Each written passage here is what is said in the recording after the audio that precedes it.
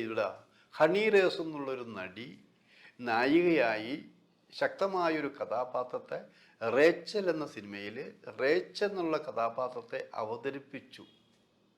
അവതരിപ്പിച്ചതല്ല തെറ്റ്. തൻ്റെ സ്ത്രീത്വത്തിനെതിരായിട്ട് മോശമായ പരാമർശം നടത്തിയ ബോച്ചെ എന്ന ചുരുക്കപ്പേരിൽ അറിയപ്പെടുന്ന ബോബി ചെമ്മണ്ണൂരിനെ അറസ്റ്റ് ചെയ്യിച്ച് ജയിലടയ്ക്കാൻ തൻ്റെ ഇടം കാട്ടിയ ഹണി റോസിനെ ഇനി വെച്ചേക്കില്ല എന്ന രീതിയിലാണ് അവരോടുള്ള പെരുമാറ്റം നടന്നത്.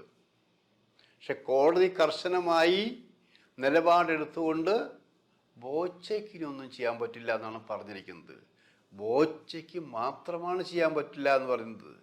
ബോച്ചയുടെ കിങ്കരന്മാർക്കോ കിങ്കിരികൾക്കോ ചെയ്തുകൂടാന്നില്ല. അപ്പം പുതിയ ഇത് കേൾക്കുന്ന എന്താ, ഇനി ഹണി റോസ് സിനിമയിലുണ്ടാവില്ല, അഭിനയിച്ച സിനിമകളൊന്നും തിയേറ്റർ കാണില്ല.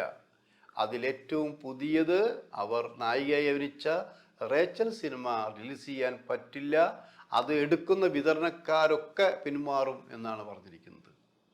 മണ്ടത്തരമാണെന്ന് ആലോചിക്കണം. റേച്ചൽ ഒരു നല്ല സിനിമയാണെങ്കിൽ അതുകൊണ്ട് കാശ് കിട്ടുമെങ്കിൽ ആ സിനിമ തിയേറ്ററിൽ കാണിക്കും, കാശ് വാരും എന്ന കാര്യത്തിൽ യാതൊരു സംശയവുമില്ല.